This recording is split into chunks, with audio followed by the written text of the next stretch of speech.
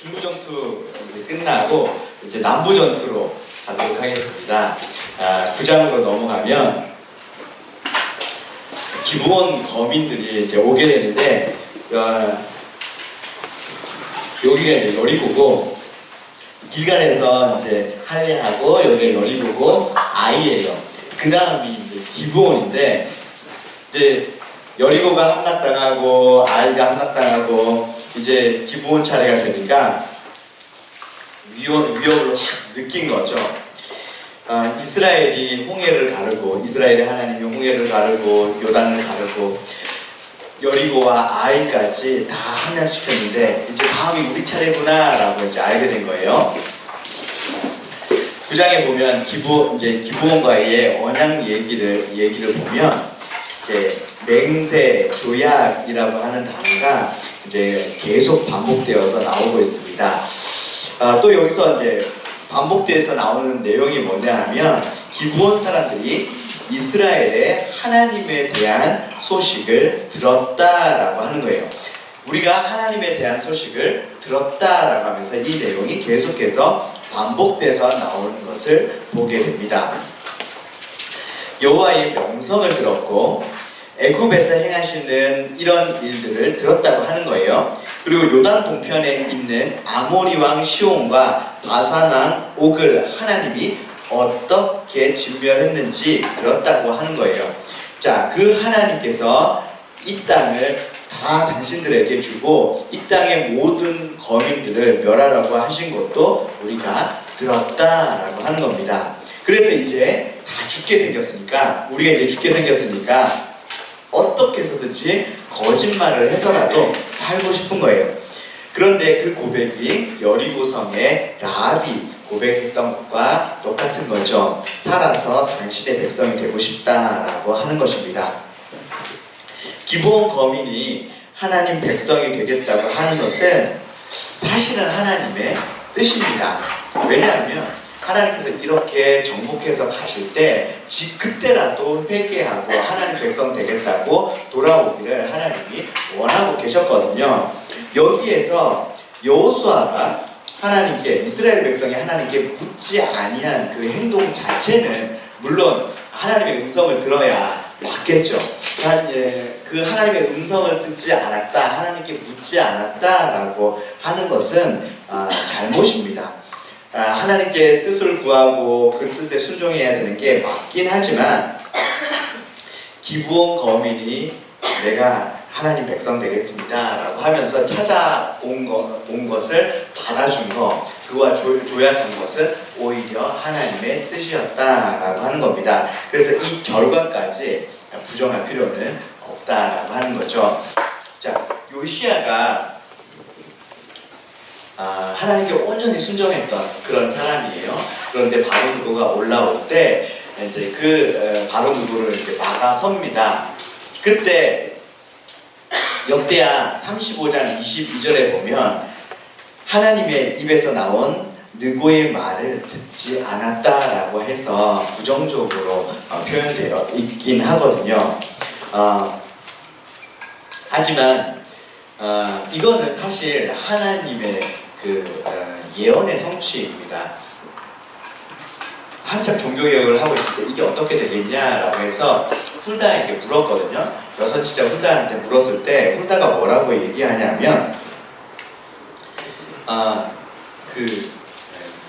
하나님의 심판이 확정됐다고 얘기해요. 이제 므낫세 때문에 그때 하나님의 심판이 확정됐고 하나님이 심판하실 거다라고 하는 겁니다. 하지만 너는 하나님께서 너한테 은혜를 베풀어 주셔서 너는 그 심판이 오기 전에 일찍 데리고 갈 거다. 일찍 죽이시겠다고 하는 거죠. 그 심판 안 보이고 일찍 데리고 가겠다 라고 하는 거예요. 그래서 요시야가 이때 이 누구와의 전투에서 죽은 것이 오히려 하나님의 뜻이었고, 그리고 훌단을 통해서 예언한 그 예언의 성취였다, 이렇게 볼 수가 있는 것과 같이, 여기에서 이스라엘 백성들이 하나님께 묻지 않고 하나님의 음성을 듣지 않은 것, 물론 그것 자체는 옳은 행동이라고 할 수는 없습니다. 하지만 그것을 통해서 기브온 족속이 하나님께 돌아오고 이제 하나님 백성으로 받아들여진 것은 하나님의 뜻이었다, 이렇게 볼 수가 있겠습니다. 자, 어쨌든 기브온 족속이 거짓말을 하고 부당한 방법을 사용하긴 했지만 하나님 나라의 편입이 되는데요. 사무엘하 21장에 보면 연이어서 매년 기근이 있었어요. 하나님이 다윗이 하나님께 물었습니다. 이 일이 왜 일어나는 겁니까? 물었더니 사울 왕이 기브온 족속을 죽였기 때문이다 라고 하나님께서 말씀을 하셨죠. 그러니까 기브온 족속이 부당한 방법으로 하나님의 백성이 되긴 했지만 그 언약을 하나님께서 인정하셨다라고 하는 겁니다. 그 다음에 느헤미야 3장 7절에 보면 백성을 이제 그 성벽을 재건하는 명단에 기브온 백성들이 있고요. 느헤미야 7장 25절에 보면 포로 귀환하는 사람들의 명단에 이 기브온 사람들이 포함되어 있습니다. 그리고 에스라 4장에 보면 이렇게 민족이 혼합되어 있던 이 사마리아인들 있잖아요. 북이스라엘 사람들이 이제 아수르에 의해서 이제 붙잡혀 가서 민족이 이제 혼합돼 버립니다. 그 북이스라엘 사람들은 이제 성전을 지을 때 우리도 거기 동참하게 해달라 그랬을 때 그 사마리아인들은 성전 지은 것을 재건하는 것을 동참할 때 거절을 합니다. 그런데 이 성전 재건하는 명단에 누구는 있냐면 이 기브온 족속들은 있다라고 하는 거죠. 자, 그리고 에스라가 1차 포로 귀환해가지고 성전을 짓습니다. 스룹바벨 성전을 짓고, 그리고 나서 성전을 짓고 나는데 이 백성이 또 이제 시간이 흐르면서 이제 신앙에 있어서 전부 떠나가고 막 그러고 있을 때 에스라가 다시 2차 포로 귀환, 1차 포로 귀환하고 나서 2차 포로 귀환 그 중간에 일어났던 사건이 뭐냐면 이제 에스더를 통해 가지고 이제 페르시아에 있는 사람들이 놀라운 하나님의 능력으로 구원받게 되는 그 하나님의 큰 구원을 경험합니다. 그 하나님의 큰 구원을 경험했던 이 수산성의 이스라엘 백성들이 어디로 가냐면, 자, 우리는 페르시아에서 이렇게 하나님의 큰 능력을 경험했는데 저기 포로 귀환에 돌아가서 있는 이스라엘 백성들이 지금 11조도 내지 않고 막 신앙에서 이제 좀 회의를 느껴가지고 막 이렇게 이제 타협하면서 그렇게 살고 있는 거예요. 안 되겠다. 저들은 우리가 돌아가서 부흥시켜야 되겠다. 오히려 이 페르시아 쪽에서 이 이제 예루살렘으로 그들 부흥시키기 위해서 돌아가는데, 그때 돌아갔던 사람들 2차 포로 귀환을 에스라가 이끌고 갑니다. 이 에스라가 이끌고 이 수산성에서 이제 돌아갔는데, 그때 가다가 보니까 중요한 사람들이 빠져 있는 거예요. 누가 빠져 있어요? 레위인이 빠져 있었어요. 그리고 또 누가 빠져 있었죠? 느디딤 사람. 그렇죠. 느디딤 사람이 빠져 있었습니다. 자, 이 느디딤 사람의 이 느디딤 사람 중에서 많은 부분 포함되어 있는 사람이 누구냐면 기브온 족속입니다.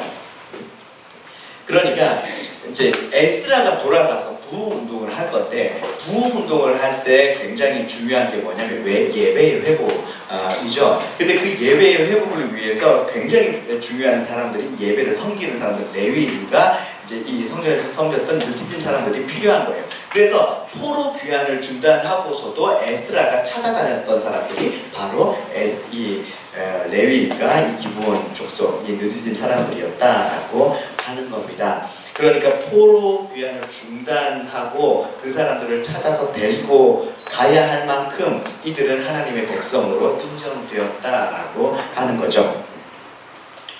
자, 이스라엘 백성들이 가나안을 정복하고 막 이제 정복해서 들어갈 때 하나님께서 막 놀라운 기적들을 계속해서 이제 일으키시면서, 와, 이거는 사람으로서는 할 수 없다, 하나님만이 하실 수 있는 기적이다라는 것들을 막 보여줍니다. 막 칼로 싸워서 막 전쟁하는 게 아니라 성을 그냥 돌기만 했는데 성이 막 무너지고 홍해 바다 가르고 요단강 가르고 그리고 성을 돌기만 했는데 성이 무너지고 이런 하나님의 막 기적을 행하면서 가는 거예요. 왜 이럴까요? 가난한 사람들 지금이라도 보고 이건 하나님밖에 하실 수 없는, 이건 사람으로서는 할 수 없는 기적이잖아요. 그 기적을 보고 지금이라도 돌이키라고 하는 거예요. 하나님의 기적을 봤냐? 하나님이 진짜 참신, 진짜 창조주, 진짜 하나님이라는 걸 알았냐? 그럼 선택하라는 거예요. 하나님 백성, 하나님의 그 주권을 수용하고 하나님의 백성이 되든지 아니면 그 주권을 거부하고 진멸당하든지 선택해라. 어차피 너네들 진멸당할 위기에 있는데 너희들 죄 때문에 지금 심판이 오고 있는데 이 심판이 오고 있을 때 지금이라도 하나님 되심을 알고 지금이라도 돌이키고 하나님의 그 주권을 받아들이면 그래 하나님 그렇습니다. 하나님 주이십니다. 내가 하나님 믿겠습니다. 하나님 백성 되겠습니다. 라고 하면서 지금이라도 돌이키면 어떻게 되는 거예요? 구원받는다는 거예요.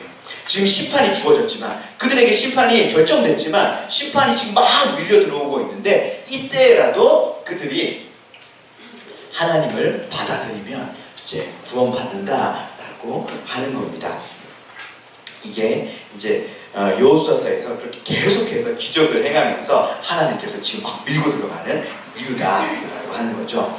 자, 그 다음에 10장으로 넘어가면요, 기브온 족속들이 굉장히 상당히 좀 큰 성읍이었어요. 상당히 큰 성읍임에도 불구하고 자진해서 이 이스라엘 백성들에게 여호수아에게 항복을 하는 것을 주변국들이 이렇게 보게 됐잖아요. 이 주변국들을 보니까 예루살렘, 야르무, 라기스, 에글론, 헤브론 이런 이제 주변국들이 있는데 이 주변국들이 이제 지금 막 이제 그 다음 기브온이 저기에 딱 붙고 나니까 그 다음 위기에 처한 도시국가는 어디야? 예루살렘이거든요.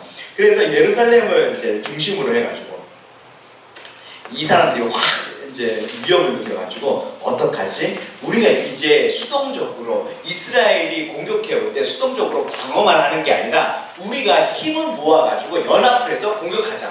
근데 연합해서 공격하는데 먼저 요 배신자부터 처단하고 가자. 이 배신자 저거부터 우리 이제 이렇게 앞으로 보여주는 거죠. 우리 중에 배신자가 있으면 우리가 처단한다. 그래서 우리 무조건 힘을 모아서 이스라엘 공격해야 된다. 그래서 이제 본때를 보여주기 위해서 이 기브온을 칩니다. 기브온을 이제 이 5개 나라가 연합해서 기브온을 치는데 기브온이 이제 굉장히 위기에 몰린 거죠. 그래서 이 여호수아에게 기별을 보냅니다. 우리 언약 맺지 않았냐? 근데 우리 당신네 종 되기로 하지 않았냐? 언약 맺었는데 우리 와서 좀 도와달라. 이렇게 이제 얘기를 한 거죠. 그래가지고 여호수아가 도와주는데요. 이때 하나님께서 놀랍게 또 여호수아와 함께 해주십니다. 10장 11절에 보면 하나님께서 우박을 내리시는데 뭐라고 언급되어 있냐면 칼에 죽은 것보다 우박에 맞아 죽은 게 더 많았다 이렇게 얘기하고 있어요. 지금 이렇게 막 싸우고 있는데 우박이 막 떨어져요. 근데 누구만 맞아요? 이 사람들만 이 적들만 맞는 거예요. 그래서 센 놈들, 좀 비실비실한 것들은 네가 싸워서 이겨라. 근데 엄청 싸우기 좀 힘든 굉장히 센 놈들만 이따만 우박으로 막 이렇게 그래서 센 놈들만 이렇게 다 보내는 거예요. 자, 우박에 우리만 딱 맞아서 우리 장군들 막 싸움 잘하는 쟤는 우리가 내놓을 수 있는 우리나라에서 내놓을 수 있는 최고의 장군이야. 근데 그 장군이 막 우박에 빡빡 맞아서 그냥 쓰러지는 거 보면 그 백성들이 얼마나 두렵겠습니까? 센 놈들 빡빡 치는데 와 이거는 도저히 이스라엘 백성은 우리가 싸워서 이길 수 있는 존재가 아니구나. 하나님이 이들과 함께하구나 라는 것을 바로 직감했을 겁니다. 그래서 이제 그거 알았으면 도망가야죠. 그래서 막 도망가는데 끝까지 쫓아가면서 칩니다. 바울이 아니죠. 그 우리 유미 강사님이 자꾸 모세 얘기하다가 바울 얘기하고 왔다 갔다 하는데 제가 가끔씩 왔다 갔다 해요. 이 여호수아가 기도하는 거죠. 여호수아가 끝장내고 싶었어요, 여기서. 근데 끝장내고 싶은데 해가 자꾸 저무는 거예요. 이제 해가 저물면 안 보여가지고 얘네들이 숨으면 이렇게 찾아가지고 진멸시키기가 어렵잖아요. 그래서 해야 멈춰라, 달아 멈춰라 그랬는데 하나님이 그 해를 멈추시고, 지구에 해가 멈추고 달이 멈췄다는 건 뭐예요? 지구의 자전이 멈춘 거예요. 지구에 하나님이 자전을 멈추게 하셔가지고 이제 하나님께서 이제 함께 싸워 주셔가지고 승리하게 하십니다. 여호수아 10장 14절에 보면 여호와께서 사람의 목소리를 들으신 이 같은 날은 전에도 없었고 후에도 없었나니 이는 여호와께서 이스라엘을 위하여 싸우셨음이라. 네. 싸우셨다고 하는 거죠. 자, 이렇게 우박도 내리시고 지구의 자전도 멈추시면서 이렇게 하나님께서 이스라엘을 위해서 싸우시고 완전한 승리를 거두셨다라고 하는 겁니다. 여기에서 계속해서 반복해서 나오는 게 여호와께서 이스라엘을 위해서 싸우셨다. 하나님께서 이스라엘에게 붙이셨다. 자, 여기에 주어가 계속해서 하나님이 나오는 거예요. 하나님께서 이 일을 하셨다라고 하는 겁니다. 자, 이렇게 하나님이 주어로 나오는 거예요. 하나님께서 이 일을 하셨다. 하나님이 싸우셨고 하나님께서 승리하게 하셨다라고 하는 거죠. 자, 하나님께서 싸워주시려면 반드시 필요한 게 뭐예요? 순종이죠. 자, 그래서 여기에 보면 10장에 보면 계속해서 순종이 나옵니다. 그래서 순종했다. 하나님의 말씀대로 했다. 이 부분이 계속해서 반복해서 나왔습니다. 자, 그래서 10장 40절에 요약적으로 계속해서 순종했다. 하나님의 말씀하신 것과 같이 했다라고 하면서 이제 10장 40절에 요약적인 진술로 이와 같이 여호수아가 그 온 땅 곧 산지와 네겝과 평지와 경사지와 그 모든 왕을 쳐서 하나도 남기지 아니하고 호흡이 있는 모든 자는 다 진멸하여 바쳤으니 이스라엘의 하나님 여호와께서 명령하신 것과 같았더라 해가지고 여호와께서 명령하신 그대로 여호수아가 그렇게 행했다라고 하는 것을 보게 되죠. 그러니까 계속해서 우리가 보는 건 뭐냐면 순종과 하나님께서 싸워주시고 하나님께서 일하시고 하나님께서 역사하시는 것이 세트로 가고 있는 거예요. 계속해서 순종하면 하나님께서 일하신다. 순종하면 일하신다. 하나님께서 일하셨다. 그 이유는 뭐냐? 순종했다. 이게 계속해서 세트로 가고 있는 걸 보게 됩니다. 자, 11장으로 이제 중부 전투, 이제 남부 전투 이제 하고 이제 북부 전투로 올라가도록 하겠습니다. 자, 11장, 12장은 북부 지역의 전투한 내용인데요. 하솔이라는 곳의 왕이 이제 가장 그 북부 지역에서 주도권을 갖고 있었는데 그를 중심으로 북쪽 왕들도 이제는 위협을 느껴서 이제 전쟁을 하기로 하고 그들이 메롬이라고 하는 곳에 다 집결하게 됩니다. 그래서 메롬에 이제 모이는데 여기에서도 보면 하나님의 행하심, 하나님의 싸우심이라는 단어가 11장 6절, 8절, 20절 이렇게 계속해서 반복해서 나오고 있고요. 그리고 하나님의 명령대로 행했고 진멸했다. 아까 중부전투에서 계속해서 반복해서 나왔던 표현과 똑같이 나오고 있는 거예요. 그래서 하나님께서 명령하신 대로 했고 진멸했다라고 하는 것을 이제 계속해서 또 반복적으로 얘기하죠. 11장 9절, 12절, 15절, 23절 이렇게 해서 반복해서 얘기하고 있습니다. 그래서 하나님의 싸움이고 그들이 순종해서 하나님 그 말씀대로 순종했기 때문에 하나님께서 싸워주셨다라고 하는 거죠. 23절에 보면 이와 같이 여호수아가 여호와께서 모세에게 말씀하신 대로 그 온 땅을 점령하여 이스라엘 지파의 구분에 따라 기업으로 주매 그 땅의 전쟁이 그쳤더라. 자, 전쟁이 그쳤다, 이제 완수했다라고 하는 겁니다. 그래서 지금 이제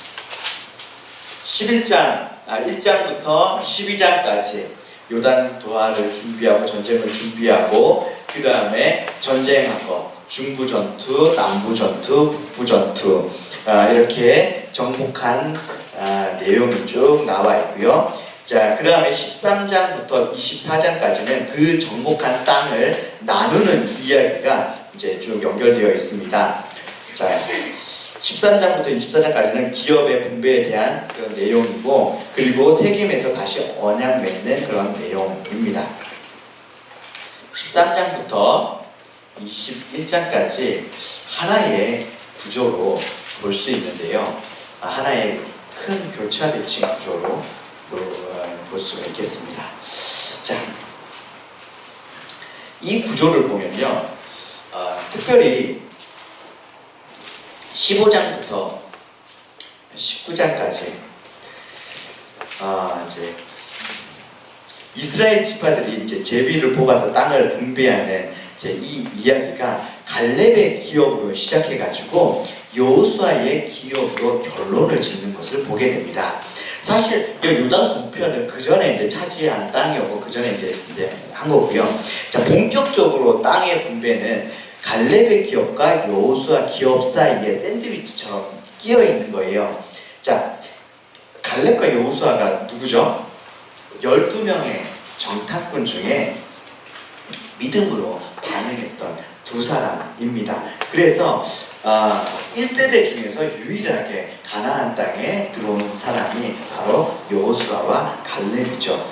자, 갈렙의 기업과 여호수아의 기업 사이에 지금 기업 분배의 내용을 이렇게 샌드위치처럼 이제 배치해 놓은 건요, 지금 이 땅을 차지하게 된 것, 이 땅을 차지하고 이렇게 이제 기업을 분배하게 된 것이 바로 여호수아와 갈렙의 그 믿음으로 말미암아, 이와 같은 믿음으로 말미암아 가능했다라고 하는 것을 보여주는 겁니다. 자, 여호수아와 갈렙의 그 믿음과 순종으로 이 일이 가능했다. 자, 특별히 갈렙의 좀 기업의 부분을 우리가 좀 보고 싶은데요. 14장을 한번 폈으면 좋겠습니다. 여호수아서 14장. 14장 6절에서 15절에서 여호수아가 헤브론을 요구합니다. 헤브론이 어떤 곳이죠? 아브라함이 살았던 곳이에요. 아브라함이 살았었고, 그리고 아브라함이 그 헤브론 땅을 삽니다. 그냥 거저주겠다 그러는데, 나 돈 제대로 주고 사겠다고. 근데 이게 헐값에 사거나 원래 땅값보다 더 싸게 사거나 그랬을 때 그 후손이 그 땅을 우리한테 돌려달라고 그러면 돌려줘야 된대요, 이때 법에. 그런데 아브라함이 제 값을 다 치러가지고 그 값 이상의 값을 치러가지고 그 땅을 삽니다. 완전히 이제 그 후손에게까지 그 땅은 이제 아브라함 후손의 땅이 돼버린 거예요, 헤브론은. 그리고 그 헤브론에 아브라함과 사라가 묻혀 있고요. 그 다음에 이삭과 리브가가 그 땅에 묻혔고, 그 다음에 야곱과 레아가 이 헤브론 땅에 묻혔습니다. 믿음의 뿌리가 있는 그런 곳이거든요. 그 다음에 나중에 다윗이 이스라엘 전체의 왕이 되기 전에, 자, 7년 반 동안 유다의 왕으로 있었는데요. 이때도 헤브론에서 다윗이 왕이 됐습니다. 그리고 압살롬이 반기를 들고 왕이 되려고 할 때도요, 압살롬이 어디에서 이제 반란을 시작하냐면 헤브론에서 시작합니다. 그러니까 헤브론이 이스라엘 백성에게 있어서 굉장히 의미 있는, 굉장히 중요한 믿음의 뿌리가 있는 그런 땅이라고 하는 거예요. 그러니까 그런 믿음의 뿌리가 있는 그런 땅이기 때문에 다윗도 거기서 시작하는 거고 압살롬도 거기서 시작하려고 하는 거죠. 자, 이렇게 믿음의 뿌리가 있는 그 땅, 그리고 이 헤브론에 이제 창세기 15장에 하나님께서 이 땅을 처음에 이 땅을 너에게 주겠다라고 했을 때 그때 아브라함은 세겜에 있었어요. 그 다음에 하나님께서 이 땅을 너에게 주겠다, 이제 창세기 15장에 이 땅을 너에게 주겠다라고 했을 때 그때 아브라함은 어디 있었냐면 헤브론에 있었습니다.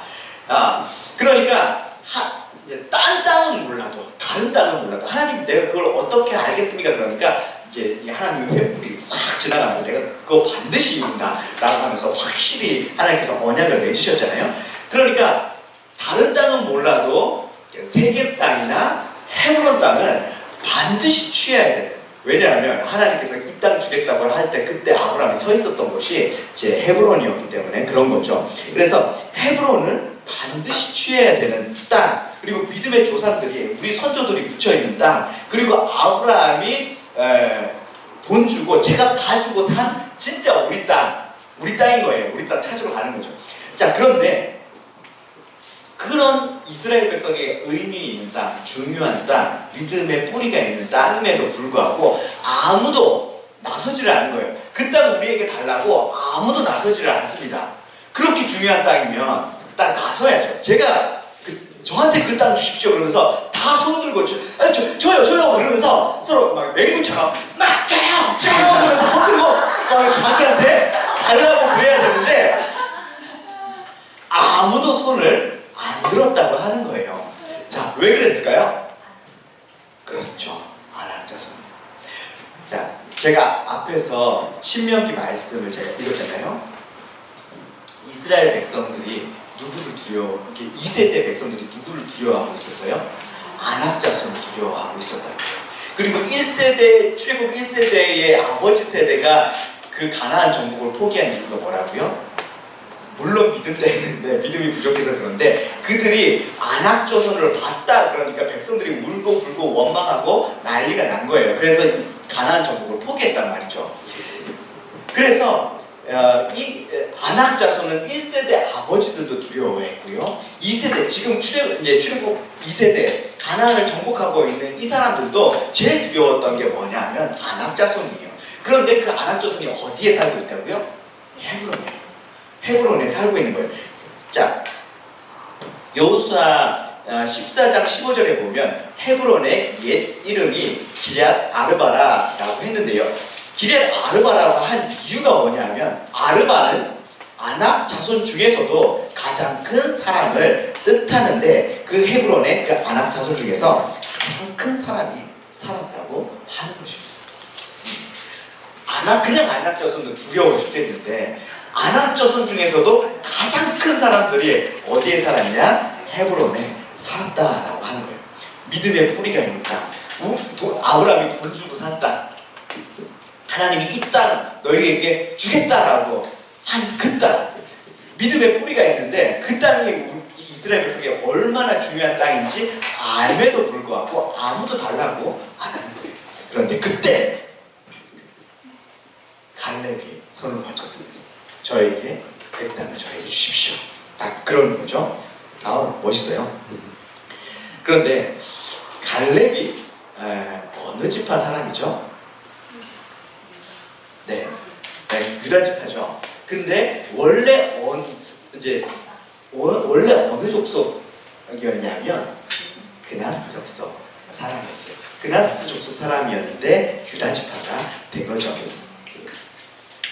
자, 갈렙이 이제 헤브론을 요구하는 갈락을 이제 감싸고 있는 내용이 14장 6절과 14장 14절이 지금 갈렙이 헤브론 땅을 요구하고 있는 내용인데 거기에 14장 14절하고 14장 6절하고 14장 14절에 똑같이 어떤 표현이 나오냐면 그나스 사람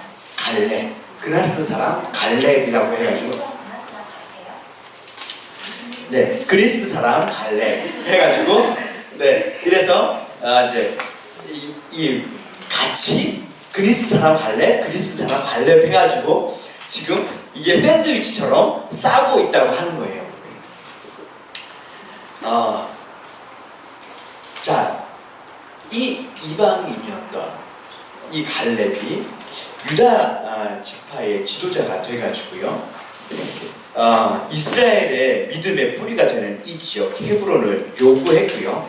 실제로 15장으로 넘어가면 15장 이제 13절에서 19장에 보면 헤브론의 이 아낙 자손들을 쫓아내고 헤브론을 실제로 이 갈렙이 차지하게 되는 것을 보게 됩니다.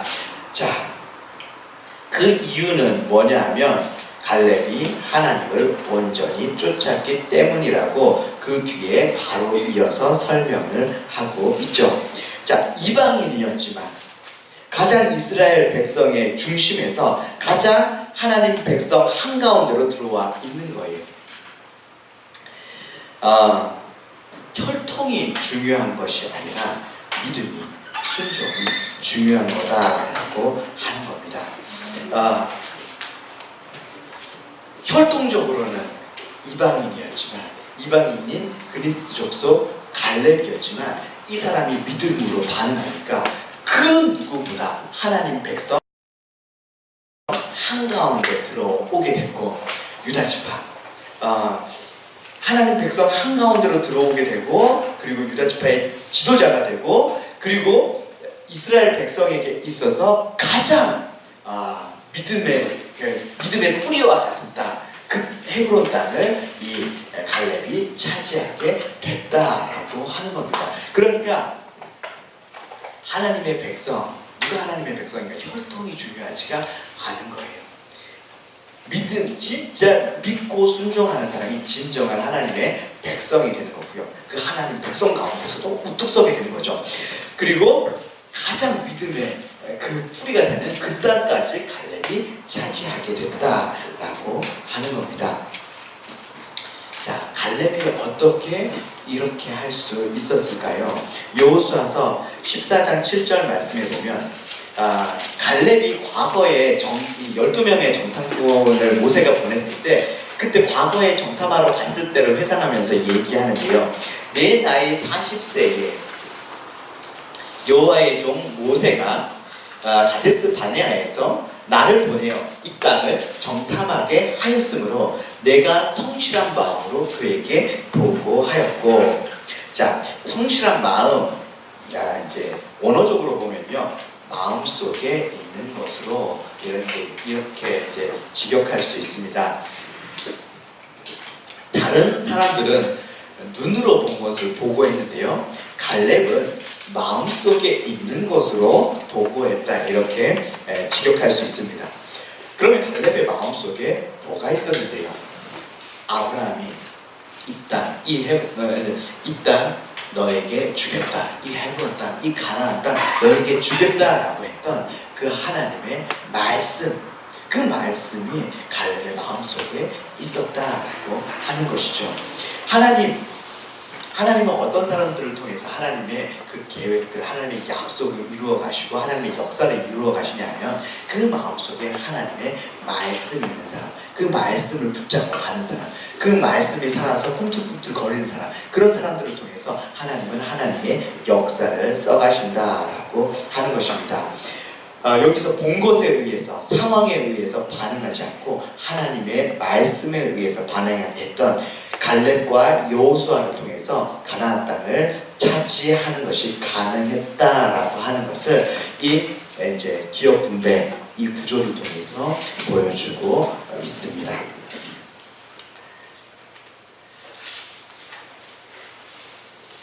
자, 그 다음에 18장 1절 보면요, 1절부터 10절 이 가운데 부분인데요, 1절에 보면 실로의 회막을 세우는데요, 이 이야기가 기업을 분배하는 13장과 21장 전체 내용의 중심을 이루고 있습니다. 실로의 회막을 세우는 것은 모세오경에서 굉장히 중요한 약속의 성취입니다. 레위기 26장 11절에서 12절을 보면 내가 내 성막을 너희 중에 세우리니 내 마음이 너희를 싫어하지 아니할 것이며 나는 너희 중에 행하여 너희의 하나님이 되고 너희는 내 백성이 될 것이니라.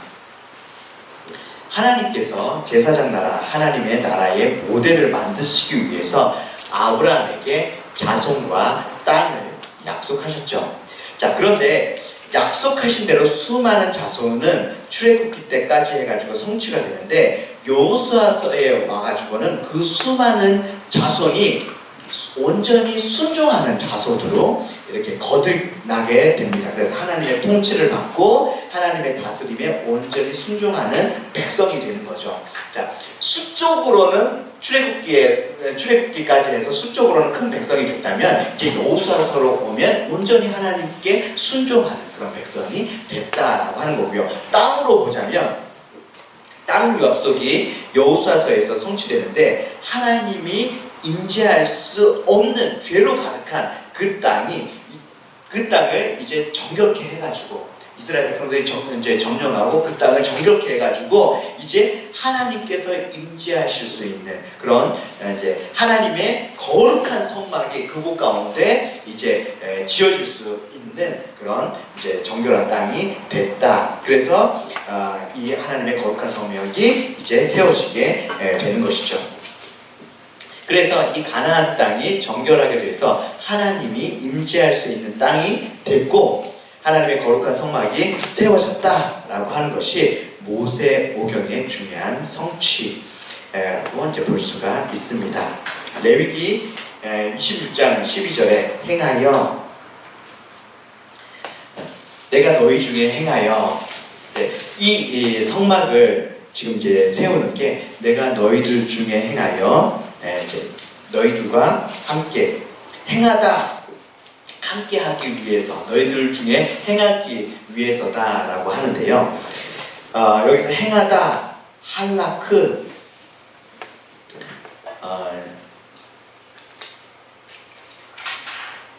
요 레위기 26장 12절에서 11절에서 12절의 성취인데요. 여기에서 보면 너희 중에 행하여라고 하는 이 행하다 할라크라고 하는 단어의 의미가 뭐냐면 동행하다라고 하는 뜻입니다. 하나님께서 너희와 동행해서 너희가 내 백성이 된다라고 말하고 있는 거죠. 나는 너희 중에 행하여 너희의 하나님이 되고 너희는 내 백성이 될 것이다. 그러니까 하나님이 너희가 동행해서 너희가 하나님과 동행하는 하나님의 백성이 된다라고 하는 거죠. 하나님의 백성은 하나님과 동행하는 그런 백성입니다. 창세기에 보면 이 할라크, 하나님과 동행한다라고 하는 단어가 몇 번 이렇게 반복적으로 나오는데요. 창세기 5장에 보면 계속해서 죽었다라고 하는 단어가 반복적으로 나옵니다. 그래서 죽었다. 창세기 5장의 아담의 계보에 보면 다 죽었다로 끝나요. 죽었다. 애 낳고 몇 년 살다가 죽었다. 그래서 죽었다로 끝나는데 거기에 죽었다라고 끝나지 않는 한 사람이 나옵니다. 누구죠? 에녹이죠. 근데 에녹이 어떻게 해서 죽지 않고 살았나 봤더니 창세기 5장 24절 24절에 에녹이 하나님과 동행했다, 할라크했다 이렇게 얘기하고 있습니다. 모두가 죽을 운명 가운데 죽지 않았던 에녹, 그 사람의 특징이 뭐냐면 하나님과 동행했던 사람이죠. 창세기 6장으로 넘어가면 또 모든 사람이 죽는 가운데 죽지 않는 한 사람이 나오죠. 누구죠? 노아이죠. 자, 노아도 보니까 창세기 6장 9절에 하나님과 동행했다, 할라크했다라고 나옵니다. 자, 모든 지금 창세기 5장과 6장을 봤을 때 모든 죽은 운명 가운데 있었는데 죽지 않고 살았던 사람의 특징이 뭐냐면 하나님과 동행한 사람이다라고 하는 거죠. 그런데 우리가 어제 시간에 이제 봤듯이 하나님이 타락했을 때 이 세상을 다시 재창조하는 하나님의 이제 회복의 역사에 함께 동참했던 하나님의 구원의 일에 함께 동참했던 사람이 이제 첫 번째 사람이 노아였잖아요. 두 번째 사람이 누구죠? 아브라함입니다. 자, 아브라함에게 하나님께서 뭐라고 말씀하시냐면 창세기 17장 1절에 너는 내 앞에 행하여 완전해라 라고 말씀하죠. 여기서 행하다라고 하는 단어가 할라크입니다. 동행하다는 말이죠. 자, 네가 언제 완전해질 수 있냐면 나하고 동행할 때 네가 완전해질 수 있다라고 하는 거죠. 자, 그런데 하나님께서 아브라함에게 명령하셨는데 아브라함이 진짜 하나님과 동행했나 안 했나 뭘로 알 수 있냐면 창세기 48장 15절에 야곱이 어떻게 얘기하냐면 우리 할아버지 아브라함과 우리 아버지 이삭은 하나님과 동행했다, 할라크했다 이렇게 얘기하고 있습니다. 자, 그러니까 창세기에서 자, 모두가 죽을 운명에서 자기가 구원받고 자기가 구원받을 뿐만 아니라 다른 사람을 구원하는 구원의 도구, 하나님께서 이 땅을 회복시키는 그 회복의 도구로 쓰임받았던 사람들의 특징이 뭐냐면 뭐예요? 하나님과 동행했던 사람입니다. 자, 그 다음에 이제 아브라함, 이제 어제 곡선을 생각하면 아브라함 다음에 다시 재창조에 쓰임받았던 순종의 사람이 있죠. 누구죠? 다윗입니다. 자, 다윗을 보면 다윗이 이제 죽고 나서 그 솔로몬에게 하나님께서 말씀하시는데 뭐라고 말씀하시냐면 너의 아버지 다윗은 내 앞에 행하여 완전했던 사람이다, 이렇게 얘기합니다. 자, 아브라함에게 명령하셨죠. 너는 내 앞에 행하여 완전해라 라고 명령하셨는데 하나님이 다윗을 향해서 뭐라고 평가하시냐면 다윗은 내 앞에 행하여 완전했던 사람이다, 이렇게 평가를 합니다. 그런데 그때 행하다 라고 하는 단어가 또 할라크이죠. 하나님과 동행했다 라고 하는 겁니다. 그러니까 구약 성경에서 자기가 구원받을 뿐만 아니라 하나님의 구원의 도구, 재창조의 도구로 쓰였던 사람들의 특징이 하나같이 뭐라는 거예요? 하나님과 동행했던 사람이다 라고 하는 거죠. 자, 그러면 이 동행하다, 할라크라고 하는 단어, 이게 신약에게는 뭐와 이렇게 좀 대비시킬 수 있냐면요, 할라크라고 하는 이 히브리어를 이제 71년 성경에서는 다 헬라어 페리파테어로 다 번역을 했습니다. 자, 갈라디아서 5장 16절에 성령을 따라 행해라 라고 했을 때 이 행하다 라고 하는 단어가 페리파테오라고 하는 단어죠. 그러니까 동행하다 라고 하는 의미가 뭐냐면요, 하나님의 성령을 쫓아서 행하는 겁니다. 성령님이 하라고 하면 그 말씀에 순종해서 행하는 거죠. 그래서 이 동행하다 라고 하는 말, 하나님의 말씀에 온전히 순종해서 주님의 뜻대로 살아간다라고 하는 그런 의미를 갖는 거죠.